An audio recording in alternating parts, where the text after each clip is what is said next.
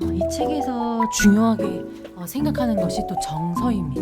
139페이지에 정서는 특히 신경망에서 중요한 잠재 요소이다. 정서는 치료 동안 치료자의 뇌에 기반을 둔 개념화의 핵심적인 역할을 하고 내담자와의 토론에서는 중요한 초점 역할을 한다라고 이야기를 합니다. 자라보고 놀란 가슴 소뚜껑 보고 놀란다고 하잖아요. 이 메커니즘인 거예요. 우리의 신경망이 아예 패턴화 되어 있는 거죠.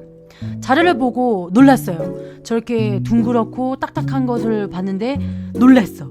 그러면 이제 둥그렇고 딱딱한 것만 보면 그때 그 감각의 패턴대로 놀라게 된다는 거죠. 이런 비슷한 어떠한 지각들, 입력되어 있고 정보가 수집되어 있는 대로 패턴화되어 있어서 놀라는 것이고 불안한 것이고 공포한 것이지 그 어떤 현상과 대상이 불안한 존재가 아닐 수 있다는 거죠. 우리의 신경망이 불안하게끔 메커니즘이 짜여져 있기 때문에 불안을 느낀다는 겁니다. 또 우리가 새로운 일을 할 때 굉장히 이질적인 경험을 하잖아요. 굉장히 낯선 경험을 하잖아요. 그러면 그때 왜 이질성과 낯섦을 경험하냐? 거기로 신경망이 뻗어 있지 않았기 때문이에요. 우리가 뭔가 도전하고 새로운 어떤 삶의 지혜와 내가 새로운 어떤 것을 도전할 때마다 흥분인 거죠. 어떻게 보면 흥분인데 불안한 거예요, 사실. 갑자기 오는 이 모호한 어떤 불안함에 좀 힘들어 하신다면 이게 나의 신경망이 익숙하지 않은 거예요. 굉장히 낯선 경험을 하는 것 뿐이지 이게 불안을 없애야 된다는 게 아닌 거죠. 우리는 불안, 공포, 어떤 죄책감, 슬픔, 어떤 분노 이런 부정 감정들을 다 나쁘다고 취급하고 없애버리려고 하는 거죠. 하지만 본질로 보고 에너지 차원으로 봤을 때는 이거는 나한테 가용될 수 있는 에너지인 거예요. 이제 앞으로 불안하다면은 내가 어떤 도전을 하고 있는 거지? 나한테 무엇이 이질적으로 느껴지는 거지? 이 이질적인 상황이 나한테 온 이유는 뭔가 도전할 수 있는 힘이 생겼다는 것인데 그것은 무엇이지? 이렇게 내가 불안에 포커싱을 두는 게 아니라 내가 어떤 세상을 만들고 싶었는지 그래서 뭐의 용기를 낸 것인지 여기에 삶의 질문을 던져야 된다는 거죠. 너무 불안해. 나 이래서 못하겠고 저래서 못하겠고 이런 게 아니라 물론 새로운 일을 하는데 왜 불안하지 않겠어요.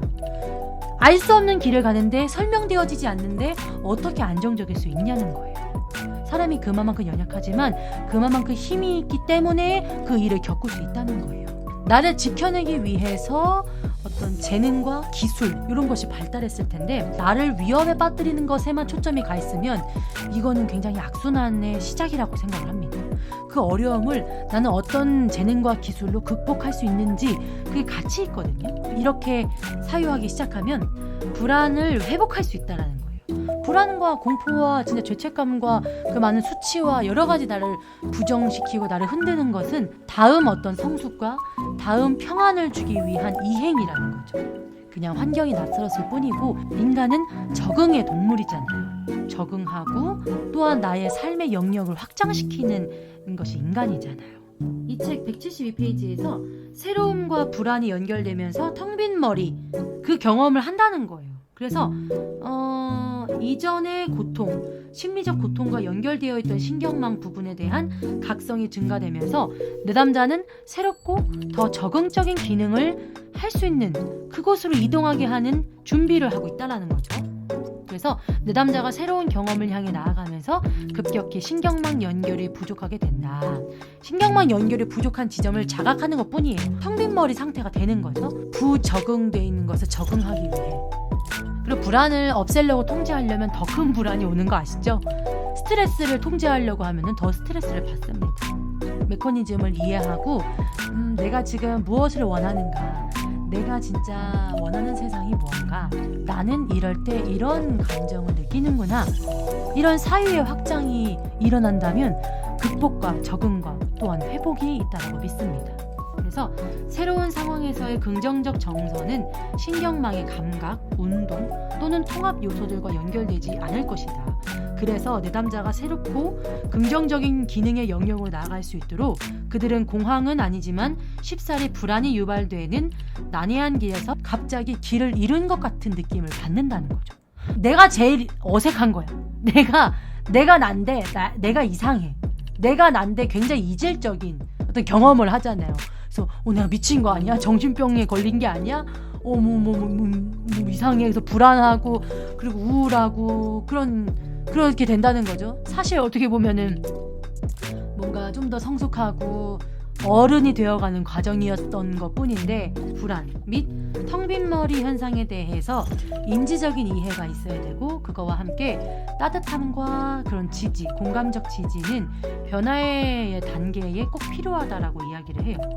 그 변화의 단계에서 발달된 네트워크와 연결될 수 있고, 이것은 외로움, 포기, 방향감 상실과 같은 정서적 낯설음을 줄여준다라고 이야기를 해요. 메커니즘에 대한 인지적인 이해와 함께 정서적으로 공감받을 수 있는, 언어로 치유할 수 있는 상담 채널이 그래서 중요하구나. 정서적인 대화, 따뜻하게 지지해주는 대화, 공감의 주파수를 내담자의 어떤 순서와 수순에 맞출 수 있는 대화, 이것이 정신분석이 하는 그 언어로서의 치유가 아닌가라는 생각을 해보게 됩니다. 저에게도 여전히 불안함과 어떤 긴장과 흥분과 슬픔과 죄책이 있죠. 사람인데요. 근데 그럴 때마다 뭔가 확장이구나. 내가 발달되지 않고 개발하지 않은 나의 신경망이 지금 노력을 하고 있구나. 그쪽 방향으로 신경망을 전달하기 위해서 애를 쓰고 있는 그 몸의 상태이구나. 나 굉장히 힘이 있네. 나 혼자도 스스로 이렇게 알게 되네. 인지하게 되네. 감정을 담아낼 수 있네. 이렇게 뭔가 성숙하고 통합된 사람이 됐다라는 느낌이 있어서 스스로의 만족이 좀 있습니다. 책이 주는 유익이 이런 건 것 같아요. 많은 고민들이 있죠. 왜 내 삶의 이 어려움과 공경 속에서 누구 하나 설명해주지 않고 나는 이것을 그냥 당하고 경험하느냐, 굉장히 억울하다라고 토로하시는 분이 계셔요. 근데 우리에겐 책이라는 것이 있잖아요. 이렇게 삶의 지혜와 내 삶에 녹여줄 수 있는 해법이 책 안에 담겨 있다는 걸 이번 주 내내 좀 알게 된 것 같아요. 적어도 제 삶에서는 많은 해법을 찾았어요. 책에서 알아낼 수 있는 이 지혜의 인지적인 이해, 그리고 책 자체가 담아주는 그 따뜻한 응원, 이런 것들을 함께 겪을 수 있어서 제 스스로 응집되는 것 같습니다. 네, 이렇게 저는 신경과학으로 보는 심리학적 치료의 책을 읽어봤고요. 내용은 제가 지금 굉장히 극소 부분의 이야기를 한 거고, 여러분들도 함께 읽어보시고 각자의 삶에 해답을 찾는 귀한 일책이 되시기를 바랍니다.